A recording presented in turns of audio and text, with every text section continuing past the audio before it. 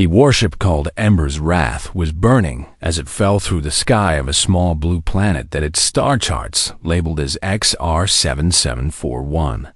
The beings who lived on this world called it Earth Kethvaroth, gripped the controls of his dying vessel with claws that had torn through the armor of 1,000 enemies, but could do nothing against the flames consuming his ship from within. He was a Varaxian sovereign, and his kind had conquered 12 star systems and brought hundreds of worlds under their dominion. They were dragons in the truest sense of the word, with scales harder than steel, and wings that could carry them through the void of space itself, and breath that could melt through the hulls of enemy vessels. But none of that mattered. Now the ambush had come without warning, as Kethvaroth pursued a group of human smugglers through the outer reach territories.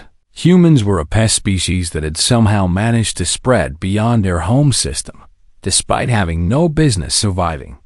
In the greater galaxy, they were weak and soft and short-lived, and yet they kept appearing in places where they should not be. These particular humans had been running illegal cargo through Varaxian space, and Kethvaroth had been sent to deal with them personally. He had not expected them to fight back. He had certainly not expected them to win.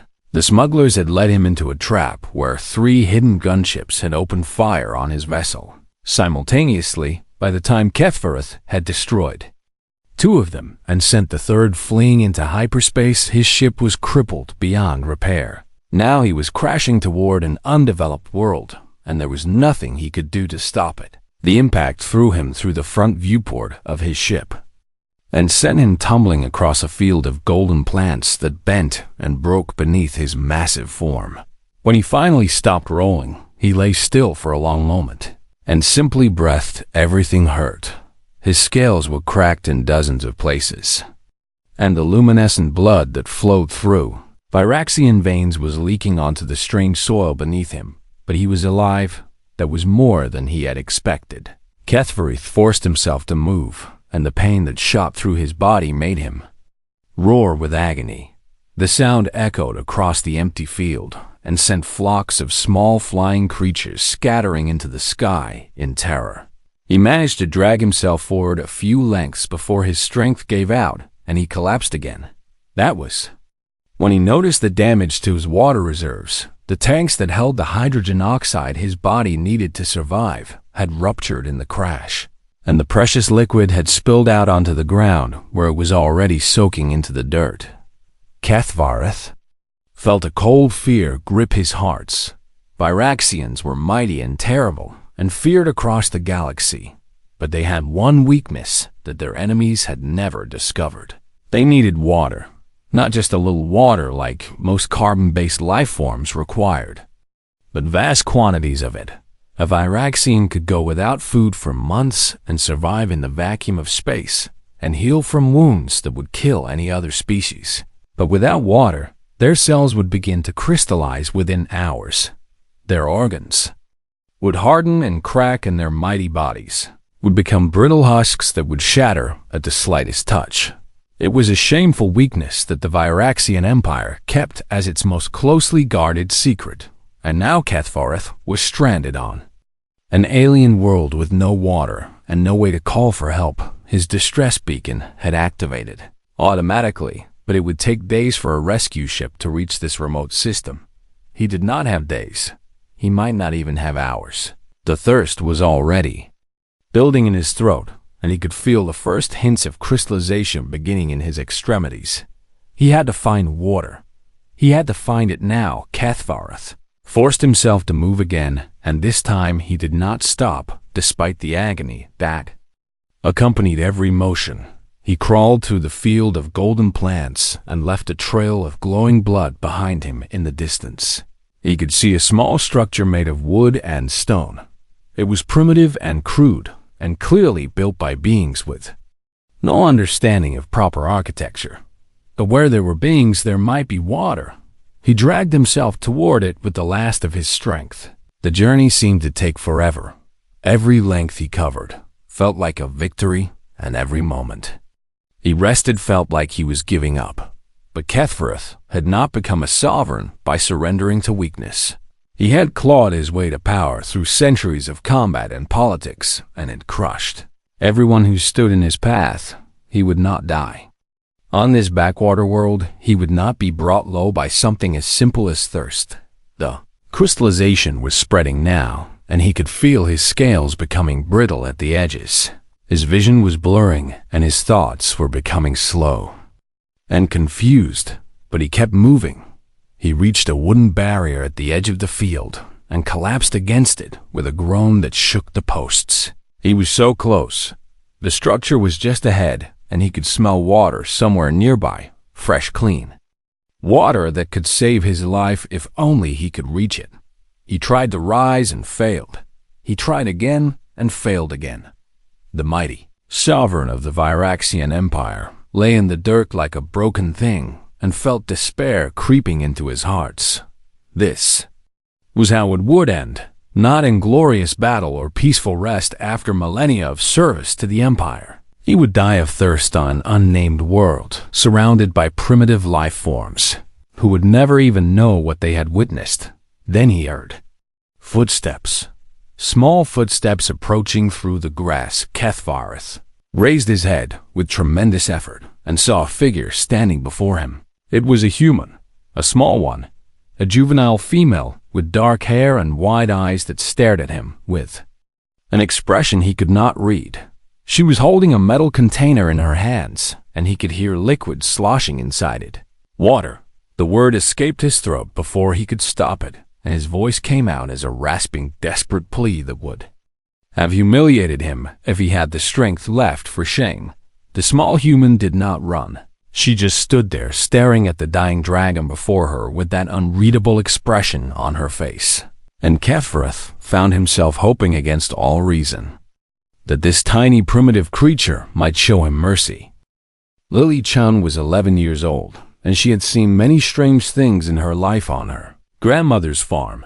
She had seen calves being born in the middle of winter storms and hawks diving from the sky to snatch mice from the fields. She had seen the northern lights dancing across the sky on cold, clear nights and shooting stars that left trails of fire behind them. But she had never seen anything like the creature that lay before her now. It was a dragon. There was no other word that fit. It was at least 20 feet long, with scales that shimmered like oil on water and reflected colors that she had no names for. Great horns curved back from its skull, and wings lay folded against its back, and claws longer than her forearms dug into the dirt. But it was also clearly dying. Its breath came in harsh, rattling gasps, and cracks ran through its scales like dried mud in summer. Strange, glowing liquid that might have been blood leaked from dozens of wounds and pooled beneath its massive body. Its eyes were the color of amber, and they watched her with an intensity that should have been terrifying. But all Lily could see in them was pain and fear and desperate hope. The creature spoke, and its voice was like thunder rolling across distant mountains. Water, it said, and the word was a plea that carried more desperation than anything Lily had ever heard. Please, it said, and that single word broke something in her heart. Water. Every story she had ever read told her that dragons were dangerous monsters that hoarded gold and burned villages and ate princesses. Every survival instinct in her body screamed at her to drop the pail and run back to the farmhouse and hide under her bed until this nightmare went away. But Lily had grown up on this farm, and she had learned things that fairy tales never taught. She had learned that a frightened animal was more dangerous than an angry one, and that the best way to calm a scared creature was to move slowly and speak softly. She had learned that suffering looked the same in any living thing, whether it was a horse with a broken leg or a bird with a damaged wing, or an old barn cat that had been hit by a car. And she had learned from her grandmother that kindness was never wasted, even when it seemed foolish. This creature was suffering. It was afraid and in pain and dying of thirst, and it had asked her for help. Lily was 11 years old, and she did not know anything about alien empires or galactic politics, or the complex web of species that existed among the stars. But she knew what it meant to be thirsty on a hot summer day, and she knew what it felt like to be hurt and scared and alone. She stepped forward. The dragon's eyes widened, and it made a sound that might have been surprise or might have been relief. Lily walked slowly and carefully, and she kept her eyes on the creature's face because her grandmother had taught her that looking away from a frightened animal could make it think. "You were prey." She reached the dragon's side and held out the pail of water with hands that trembled only a little. "Here," she said, and her voice came out smaller than she wanted, but it did not break. The dragon's claw reached toward her, and she saw how large it was compared to her entire body. A single swipe of that claw could have cut her in half without effort.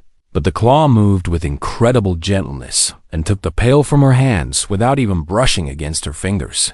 The dragon drank. It tilted its great head back and poured the water into its mouth and swallowed in desperate gulps that emptied the pail in seconds. When it was done, it let out a sound that was somewhere between a gasp and a groan. More it breathed, and its voice was a little stronger now, but still thick with need. "I need more." Lily nodded and took the empty pail from the dragon's claw. She turned and ran toward the well as fast as her legs could carry her. The well was old, but the water that came from it was cold and clean and sweet. Lily had drawn water from this well 1,000 times, and her arms knew exactly how to work the handle, and her hands knew exactly how to guide the bucket. She filled the pail and ran back to the dragon and watched it drink again. Then she ran back to the well and filled the pail again, and again, and again. She lost count of how many trips she made. Her arms began to ache, and her legs began to burn, and her lungs began to gasp for air. But every time she looked at the dragon, she saw that the cracks in its scales were slowly closing, and the desperate fear in its eyes was slowly fading. The sun moved across the sky, and the shadows grew long, and still Lily ran back and forth between the well and the dragon. Finally, the dragon raised a claw and made a gesture that she somehow understood meant stop. "Enough," it said, and its voice was stronger, now almost normal. "That is enough for now." Lily stood before it with sweat dripping down her face and her arms hanging limp at her sides. She should have been afraid now that the immediate crisis had passed. She should have been thinking about what would happen next and whether this creature would reward her kindness with violence. But she was too tired to be afraid and too curious to run. "What are you?" she asked. The dragon regarded her with those amber eyes, and something that might have been amusement flickered in their depths. "I am HFY," it said, and the name rolled off its tongue like distant thunder. "I am a sovereign of the Virusian Empire, and I rule over 12 star systems and 300 worlds." It paused and looked at the empty pail in her hands. "And I am in your debt, small one." Lily considered this information with the practical mind of a farm girl who had seen too much of life to be easily impressed. "I am Lily," she said, "Lily-chan, and you are in my grandmother's north field." The dragon made that sound again, the one that might have been a laugh. "Then I am in the debt of Lily Chun," it said, "and I am a trespasser in her grandmother's north field."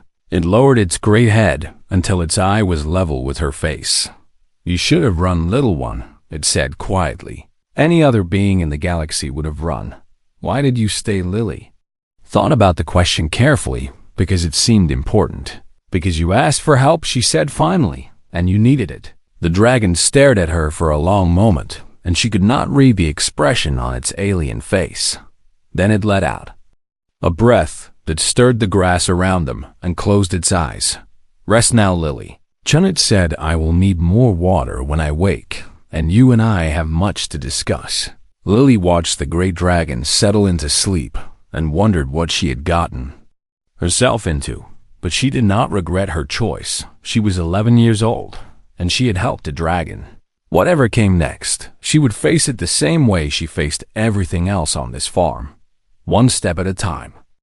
Thirst-crazed alien dragon begs a human girl for water. 3 days passed, and Lily Chun became the keeper of a dragon. She told her grandmother that she had found an injured animal in the north field, and that it needed her help to recover. This was not exactly a lie, but it was also not exactly the truth. Her grandmother was old and wise, and she looked at Lily with eyes that seemed to see more than they should. But she did not ask questions, and she did not demand explanations. She simply told Lily to be careful and to come home before dark. Lily did her best to follow both instructions. Every morning, she woke before dawn and filled every container she could find with water from the well. She carried jugs and buckets and bottles across the farm to where HFY lay hidden in the tall grass of the north field. The dragon drank everything she brought and slowly grew stronger. By the second day, he could sit up on his own, and his scales had begun to heal, and the terrible rasping sound had left his breath. By the third day, he could stand and walk short distances, and Lily began to understand just how massive he truly was. When he stood at his full height, his head was higher than the farmhouse roof, and his wings could have covered the entire barn if he had spread them. He was terrifying and magnificent and utterly impossible, and he talked to her for hours. HFY told her about the Viraxian Empire and the hundreds of worlds that bowed to its authority. He told her about the wars they had fought and the species they had conquered and the enemies they had crushed beneath their claws. He told her about the great ships that sailed between the stars and the cities that floated in the clouds of gas giants, and the wonders of a galaxy that humanity had barely begun to explore. Lily listened to everything with wide eyes and endless questions. She asked about the stars, and he named them for her and told her which ones held life.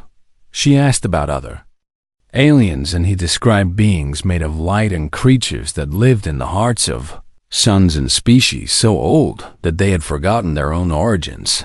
She asked about his home, and his voice grew soft as he spoke of mountains that touched the sky and oceans that burned with eternal fire, and the great halls where the sovereigns gathered to decide the fate of worlds.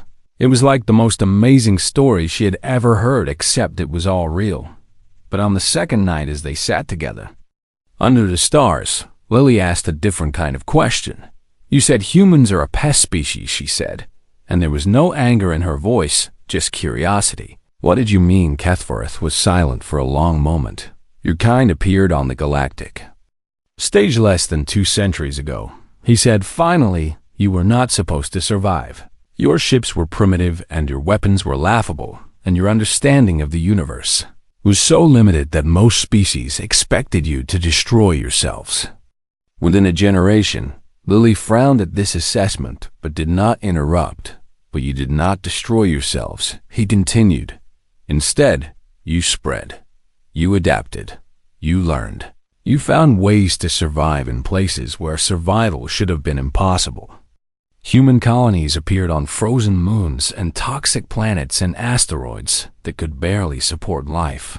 Human traders showed up in markets on the far side of the galaxy selling goods that no one had ever seen before. Human explorers mapped regions of space that the older races had written off as too dangerous to enter." His voice carried a mixture of frustration and reluctant admiration.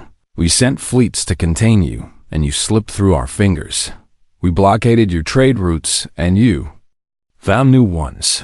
We tried to intimidate you, and you laughed and asked if we wanted to make a deal instead." He shook his great head slowly. "Your species is like water. You flow around every obstacle and fill every gap and wear down every stone that tries to block your path, and no matter how many times we push you back, you just keep coming." Lily considered this carefully. "Is that why you were chasing those smugglers?" she asked. HFY let out a snort that might have been embarrassment. "Those smugglers had been running illegal cargo through Viraxian territory for years," he admitted. "We destroyed their ships 12 times and captured their crews and threatened them with the most terrible punishments we could devise. And every time we thought we had finally ended their operation, they would appear again, with new ships and new crews and new routes that we had never anticipated." He looked down at her with something like respect in his amber eyes. "The humans who ambushed me had no military training, and no advanced weapons, and no reason to believe they could defeat a Viraxian sovereign. But they set a trap that nearly killed me, and they escaped to fight another day. That is what I mean when I call your kind a pest species. You refused to die when you were supposed to. Lily felt a strange pride at these words, even though she knew they were not entirely meant as a compliment. Maybe that is not such a bad thing, she said. Maybe refusing to give up is what makes us strong. Kefirith studied her for a long moment. Perhaps he said slowly, or perhaps it is what makes you dangerous on the third day. Lily could tell that Adenirath was almost fully healed. His scales gleamed in the sunlight and his movements were smooth and powerful, and the fire had returned to his eyes. He told her that his distress beacon had been transmitting since the crash, and that a rescue ship would arrive soon, probably within the next day. Lily should have been relieved. She should have been happy that this strange adventure was coming to an end and that life would return to normal. But instead, she felt a cold knot forming in her stomach. When you are better, she asked, and her voice was smaller than she wanted. What happens to us? What happens to Earth? Kefirith went very still. She continued, and the words came faster, now like water spilling over a dam. You said humans are a pest, and your empire conquers worlds, and now you know we are here, and you have seen our planet. And she stopped because she could not bring herself to finish the sentence. But Kefirith understood. He looked at her with those ancient amber eyes, and for the first time since she had found him in the field, he looked uncertain. Lily waited for an answer and feared what it might be. Kefirith had lived for 300 years. He had conquered worlds and burned cities and watched entire civilizations crumble beneath the might of the Viraxian Empire. He had ordered the deaths of millions without losing a single night of sleep. He had believed with absolute certainty that power was the only thing that mattered in the universe, and that mercy was a weakness that only the foolish indulged in. But now he sat in a field on a backwater planet and looked at a small human girl who was waiting for him to decide the fate of her world, and for the first time in his long life, he did not know what to say. The Empire does not typically concern itself with pre-spaceflight civilizations, he said carefully. Your world has not yet developed the technology to travel between stars under normal circumstances. We would simply ignore you until you became advanced enough to be worth noticing. Lily watched him with eyes that were too old for her young face. But these are not normal circumstances, she said. It was not a question. No, he admitted, they are not. He rose to his full height and looked out across the fields that stretched toward the horizon. My survival will require explanation, he said. I cannot simply return to the Empire and pretend that nothing happened. There will be questions about where I crashed, and how I survived, and who helped me. Lily stood up as well, though the top of her head barely reached his knee. So you will tell them about Earth, she said, and her voice was steady even though he could smell the fear on her. You will tell them about us. Kefirith closed his eyes and felt something twist in his chest that he did not recognize.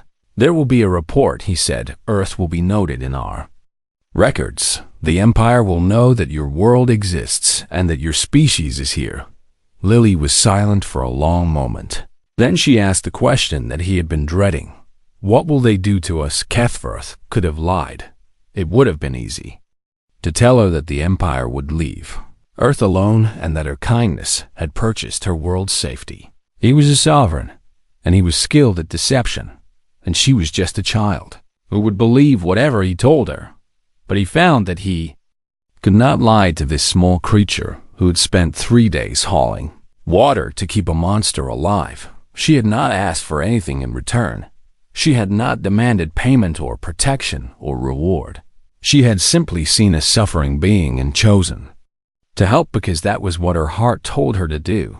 She deserved the truth. The Empire is always hungry for resources, he said quietly. New worlds mean new metals and new fuels and new territory to claim. Your planet is rich in all of these things, and your species is not yet strong enough to defend it. He turned to face her and forced himself to meet her eyes. If the wrong people see my report, They will argue that Earth should be claimed now, before your kind becomes advanced enough to resist. They will say that it is more efficient to conquer you while you are still weak than to wait until you become a threat. Lily's face went pale, but she did not look away. "And what will you say?" she asked. Kethverth stared at her and felt the weight of 300 years pressing down on his shoulders. What would he say? What could he say? He was a sovereign of the Varaxian Empire, and he had sworn oaths to serve its interests above all else. He had spent his entire life believing that the strong had the right to rule the weak, and that conquest was the natural order of the universe. But here was this tiny, fragile creature who had risked everything to save him.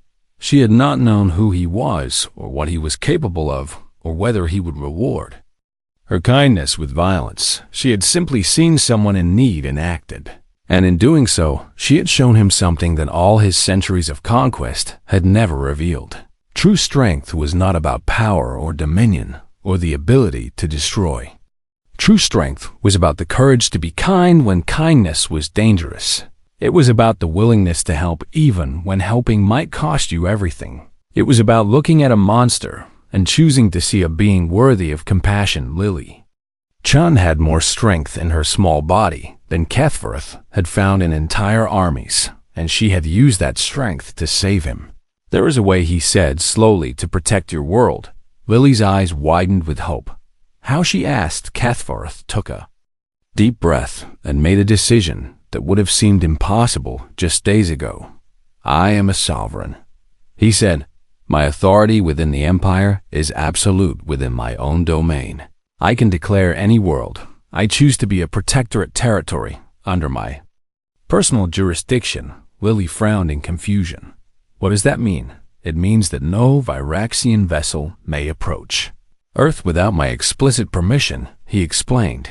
"It means that anyone who tries to claim your world will have to go through me first. It means that I will protect you as you protected me." The hope in Lily's eyes blazed into something brighter. "You would do that?" she asked, and her voice trembled slightly. "For us," Kethverth lowered his great head until his eye was level with her face. "You saved my life," he said quietly. "You owed me nothing, and I could have offered you nothing, and yet you chose to help. That is a debt that can never truly be repaid, but I can try." He straightened again and looked up at the sky where somewhere beyond the blue, a rescue ship was approaching. "My kin will find my decision difficult to understand," he admitted. "They will think I have gone mad, or that I have been corrupted by exposure to your primitive world. Some of them may even try to challenge my authority." Lily looked worried again. "Will you be okay?" she asked. Kethverth felt something warm spread through his chest at her concern. This small human, who had every reason to fear him, was worried about his well-being. "I am a sovereign," he said, and allowed a hint of pride to enter his voice. "I have crushed rebellions and ended wars, and brought entire systems to heel. I can handle a few disapproving looks." Lily smiled at that, and it was like watching the sun come out from behind clouds. "Thank you," she said simply. Kethverth nodded slowly. "No," he said. "Thank you, Lily Chun. You have taught me something that 300 years of life never could. You have shown me that there is more to strength than power, and you have reminded me that even monsters can be worthy of mercy." The sound of engines rumbled in the distance, and both of them looked up to see a point of light growing brighter in the morning sky. The rescue ship had arrived, and nothing would ever be the same again. The Viraxian recovery vessel descended through Earth's atmosphere like a falling star made of black metal and burning light. It was larger than anything Lily had ever seen, and its shadow covered the entire farm as it lowered itself toward the north field. Weapons bristled from its hull, and engines roared with enough power to level mountains. This was the might of the Viraxian Empire made manifest, and it had come for Kethverth. He had told Lily to stay hidden in the farmhouse and watch from the window. He had not explained why, but she had seen something in his eyes that made her obey without argument. Now she stood with her face pressed against the glass and watched as a ramp extended from the belly of the great ship. Figures emerged and walked toward Kethfereth, who stood tall and proud at the edge of the field. They were Viraxians like him, but smaller and sleeker, with scales that gleamed with military decorations. The leader was a female, with eyes like chips of ice, and movements like a predator stalking prey. Lily could not hear what they were saying, but she could read their body language well enough. The female was suspicious and contemptuous, and looked around at the farm with obvious disdain. Kethfereth stood his ground and spoke with an authority that made even these warriors lower their heads. The conversation went on for several minutes, and Lily watched the expressions of the Viraxians shift from contempt to confusion to something that looked almost like fear. Then Kethfereth gestured toward the farmhouse, and every eye turned in her direction. Lily's heart nearly stopped.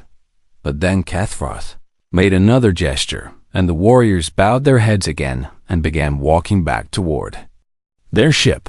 Only the female remained, and she was arguing with Kethfereth, now her claws gesturing sharply as her voice rose loud enough for Lily to hear it through the window. She could not understand the words, but she understood the tone. The female was objecting to something, and objecting strongly. Kethfereth listened until she was finished. Then he spoke a single sentence in a voice that carried across the field like thunder. The female went rigid. She stared at him for a long moment, and then she bowed so low that her horns nearly touched the ground. Whatever he had said had ended the argument completely. The female turned and walked back to the ship without another word, and Kethfereth stood alone in the field. He turned toward the farmhouse, and his amber eyes found Lily's face in the window. She saw him nod slowly. Then he raised one great claw and beckoned for her to come outside. Lily's legs felt like water as she walked through the farmhouse and out the back door. Her grandmother was nowhere to be seen, and Lily was grateful for that. She did not think she could explain any of this. Kethfereth waited for her at the edge of the field, and his expression was gentler than she had ever seen it. "It is done," he said. "What did you tell them?" Lily asked. "The truth," he replied. "I told them that this world is under my protection, and that any vessel that approaches without my permission will face my wrath. I told them that the being who saved my life is more worthy of respect than any warrior in the Empire. And I told them that if anyone challenges my decision, they may take the matter up with me personally." He showed his teeth in something that was not quite a smile. They chose not to challenge. Lily looked at the massive ship that loomed behind him. "Will they really leave us alone?" she asked. "For now, yes," he said. "And for as long as I live, I will ensure that they continue to do so." He lowered his head until they were almost eye to eye. "But you must understand something, Lily Chen. The galaxy is vast and full of dangers that your kind cannot yet imagine. I can protect you from the Empire, but I cannot protect you from everything. One day humanity will have to stand on its own. One day you will have to prove that you deserve your place among the stars." Lily straightened her shoulders and looked the ancient dragon directly in the eye. "We will," she said, and there was no doubt in her voice. "We always do." Kethfereth studied her for a long moment, and then he did something that shocked her. He laughed. It was a deep rumbling sound that shook the ground beneath her feet and sent birds scattering from the nearby trees. "Yes," he said, "I believe you will." He straightened to his full height and spread his wings for the first time since she had found him in the field. They were enormous and beautiful, and caught the morning light like sheets of living shadow. "The debt is not repaid," he said, and his voice carried a formal weight that felt like a vow. "It may never be, but I will remember, Lily Chun, and so will my people." Lily raised her hand in a small wave. "Will I ever see you again?" she asked. Kethfereth paused at the base of the ship's ramp. "The universe is strange," he said. "Paths cross in ways we cannot predict. Perhaps one day when your kind has reached the stars, we will meet again, and you can tell me how the pest species conquered the galaxy." He turned and walked up the ramp and disappeared into the darkness of the ship. A moment later, the engines roared to life, and the vessel rose into the sky. Lily watched it climb higher and higher until it was just a point of light among the clouds. Then it vanished in a flash of impossible speed, and the sky was empty again. She stood alone in the field where she had found a dying dragon just 4 days ago. The grass was already springing back, and the trail of glowing blood had faded, and soon there would be no evidence that anything unusual had ever happened here. But Lily knew she would always know. She turned and walked back toward the farmhouse, where her grandmother was probably wondering where she had been. She had water to fetch and chores to do and a normal life to return to. But as she worked through the rest of that day and all the days that followed, she carried a secret in her heart. Somewhere among the stars, a dragon remembered her name. And one day, when humanity was ready, the galaxy would learn what a little girl with a bucket of water had taught the mightiest empire in the cosmos. The kindness was the greatest strength of all. 50 years later, when the first human ambassador stood before the Galactic Council to argue for humanity's membership among the spacefaring races, she carried a small pendant around her neck. It was shaped like a dragon's scale, and it shimmered with colors that had no names in any human language. The council members did not know what it meant, but the Viraxian delegation did, and when the vote was called, they stood first and voted yes, because a sovereign never forgot a debt, and the empire always paid what it owed. Lily Chun did not live to see that moment. She had passed away peacefully 5 years earlier, surrounded by children and grandchildren who had heard the story of the dragon so many times that they knew it by heart. But in the great hall of the Viraxian homeworld, a memorial stood in her honor. It showed a small human girl holding out a bucket of water to a fallen dragon, and beneath it, carved in letters of fire that would burn for eternity, with 3 simple words: debt never forgotten. The stars remembered Lily Chun, and through her, they would remember all of humanity, not as pests or primitives or a species too stubborn to die, but as beings capable of a courage that transcended species and a kindness that could humble even dragons. That was the legacy of one small girl who chose mercy over fear, and it would echo through the galaxy forever.